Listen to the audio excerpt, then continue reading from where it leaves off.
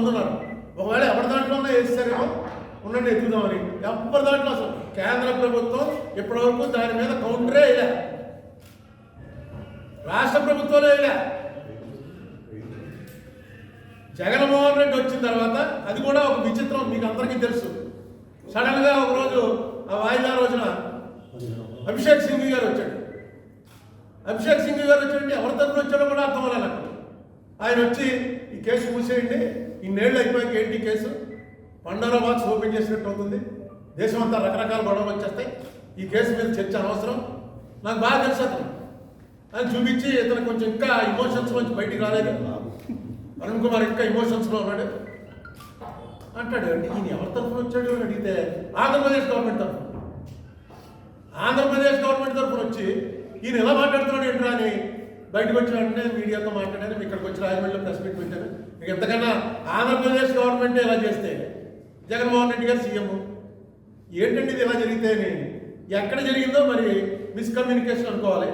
వెంటనే వాళ్ళు మన రామకృష్ణారెడ్డి గారు ప్రెస్ మీట్ పెట్టి లేదు లేదు మేము ఎప్పుడు కూడా దాన్ని సపోర్ట్ చేయలేదు, కేంద్రం ఆ రోజు చర్యలు మేము సపోర్ట్ చేయట్లేదు అన్నారు అని ఎఫిడేవిట్ మళ్ళీ 23/2/2023 గవర్నమెంట్ ఎఫిడేవిట్ ఫైల్ చేసింది.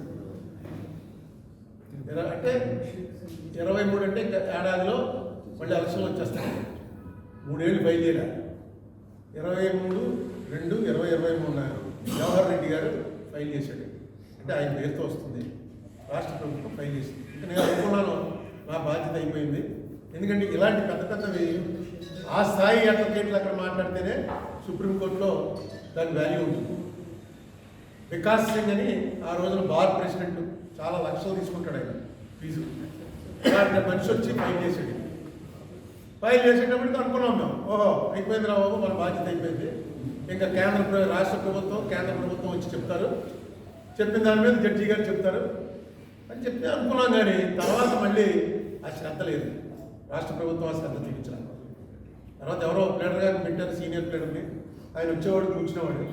కానీ ఏవి దాని మీద పెద్ద చర్చ వాయిదా వేసేస్తారు. మొట్టమొదటి ఎవడుతారు రాగానే పలానా సెక్షన్ నెంబరు ఎస్ అంటేనే కేంద్ర ప్రభుత్వం ఎఫిడేవిట్ లేదు. ఏమండి యూనియన్ గవర్నమెంట్ పట్టాలి అంటారు. లేదండి అంతకుముందేమో వేసేసామనండి.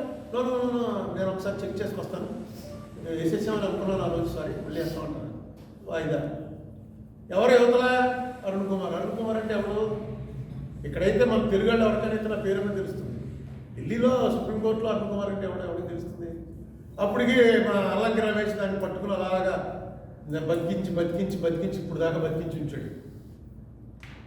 దాని మీద మనం గట్టిగా వాదన అయితే ఎటు లేరు. అసలు కేంద్రం లేదు, రాష్ట్రం లేదు, ఎవరు సపోర్ట్ లేదంటే ఏముంటుంది? జగన్మోహన్ రెడ్డి వేశాడు కాబట్టి ఓకే లాఠీ పార్టీ కొట్టేద్రేమో కూడదు. జగన్మోహన్ రెడ్డి ప్రభుత్వం ఆ రోజున వేశారు. కారణాలు ఏవైనప్పటికీ ముందు అభిషేక్ సింగ్ చెప్పిన దానికి విరుద్ధంగా వీళ్ళు కరెక్ట్ స్టాండ్ తీసుకున్నారు. నేను వేసిన దాన్ని సపోర్ట్ చేస్తూ వేశారు. వేస్తూ మొత్తం లెక్కలన్నీ ఇచ్చారు. 1,42,601 కోట్ల రూపాయలు మనకి యాక్చువల్గా ఉన్నటువంటి యాక్ట్ ప్రకారం, ఏపీ రీఆర్గనైజేషన్ యాక్ట్, నేను ఏదైతే అది యాక్ట్ అవ్వలేదు అన్కాన్స్టిట్యూషన్ అంటున్నానో ఆ యాక్ట్ ప్రకారం వాళ్ళు ఇష్టం వచ్చినట్టుగా మన సంబంధం లేకుండా చేసిన యాక్ట్ ప్రకారం 1,42,601 కోట్ల రూపాయలు ఇంకా పంచలేదు. క్లియర్గా యాక్ట్లో ఉంది. ఈ డబ్బు ఆంధ్రాకి 58%, తెలంగాణకి 42% చెందుతుంది జనాభాను బట్టి. ఇప్పుడు ఫస్ట్ ఏవైతే ఆల్రెడీ ఉన్నాయో అవి పంచుకుంటారు. అవి పంచుకోలే మనకి రావాలి. ఎందుకంటే హైదరాబాద్ వెళ్ళిపోయింది వాళ్ళకి.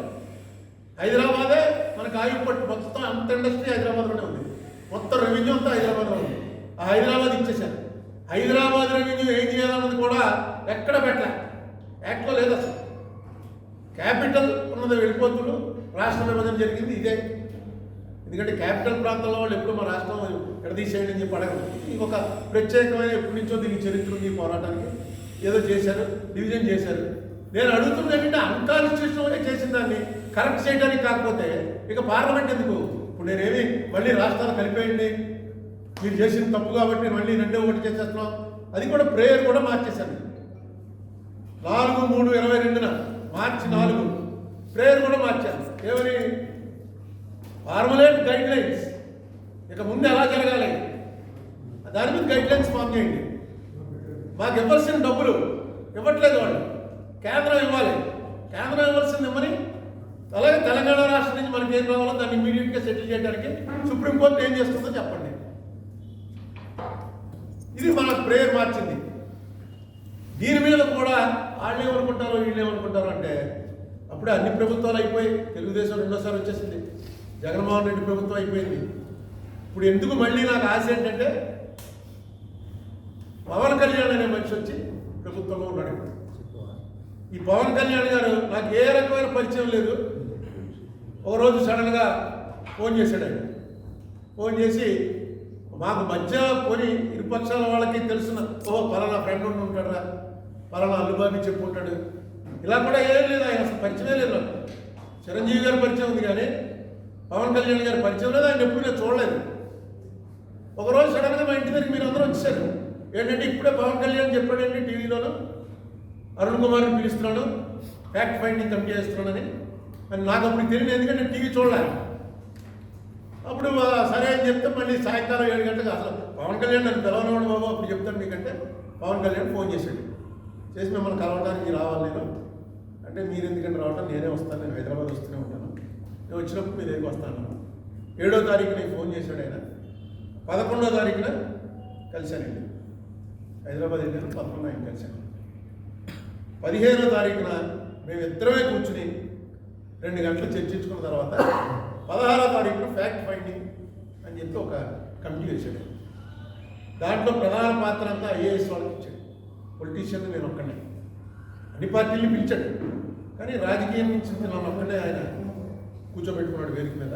పక్కన ఎవరంటే పద్మనాభయ్య గారు, ఏపీ జయప్రకాష్ నారాయణ గారు, ఐవైఆర్ కృష్ణారావు గారు, చంద్రశేఖర్ గారు, ఇంత ఐఏఎస్లో పెట్టుకున్నాడు. పార్టీలు అందరినీ కొడతారు. రామకృష్ణ గారు వచ్చాడు, మన సిపిఐ రామకృష్ణ గారు, పార్టీలు వాళ్ళందరూ వచ్చారు, మన ప్రొఫెసర్ నాగేశ్వర గారు, వీళ్ళందరూ వచ్చారు, కూర్చున్నారు. వేదిక మీద మాత్రం నన్ను కూడా పక్కన కూర్చోబెట్టాడు. ఆయన పెట్టి ఫ్యాక్ట్ ఫైండింగ్ రిపోర్ట్ ఒకటి 16వ తారీఖు సాయంకాలం రిలీజ్ చేశాను. 15, 16 2 రోజులు మీటింగ్ అయింది. 74,542 కోట్ల రూపాయలు. ఇందులో ఎక్కువ పాత్ర ఉందంటే పద్మనాభయ్య గారు. ఆయన senior most IAS officer.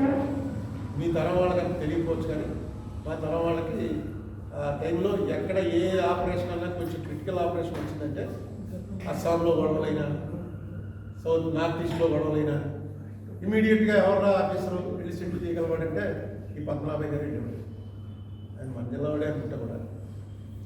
Hit TV app, ఇందులో short news, live news, entertainment shows, movies, digital magazines తో పాటు మీ జిల్లా వార్తలను కూడా ఫ్రీగా చూడొచ్చు. అంతేకాదు కేజీ నుంచి పీజీ వరకు విద్యార్థులకు స్కాలర్షిప్ కూడా అందిస్తున్నాం. ప్రతి వారం 10 మందికి లక్కీ డ్రా ద్వారా ఒక్కొక్కరికి 10,000 రూపాయలు అందిస్తున్నాం. ఇంకెందుకు ఆలస్యం, వెంటనే హిట్ టీవీ యాప్ ని డౌన్లోడ్ చేసుకుని ఫ్రీగా ఎంటర్టైన్మెంట్ పొందండి. Hit TV app. Hit TV app. Please download hit TV app. Hit TV app ని ఫ్రీగా డౌన్లోడ్ చేసుకుని ఎంజాయ్ చేయండి. మీకు నచ్చిన ఎంటర్టైన్మెంట్ కోసం హిట్ టీవీ యాప్ ని ఫ్రీగా డౌన్లోడ్ చేసుకుని ఎంజాయ్ చేయండి. హిట్ టీవీ యాప్ ని డౌన్లోడ్ చేసుకుని ఆస్వాదించండి, ఆశీర్వదించండి. ఇంతమంది సెలబ్రిటీలు హిట్ టీవీ యాప్ ని డౌన్లోడ్ చేసుకోండి అని చెప్తున్నారంటే ఎంత మంచి యాప్ ఆలోచించండి. అమెరికా అమెరికా అమెరికా అమెరికాలో చదవాలనుకునే వాళ్ళకి విశ్వసనీయమైన పేరు మన శౌర్య కన్సల్టెన్సీ. UK లో 1 year masters. UK లో 1 year masters. 2 years work permit up to 5 years visa. Contact Saurya Consultancy. Contact 89851 89851.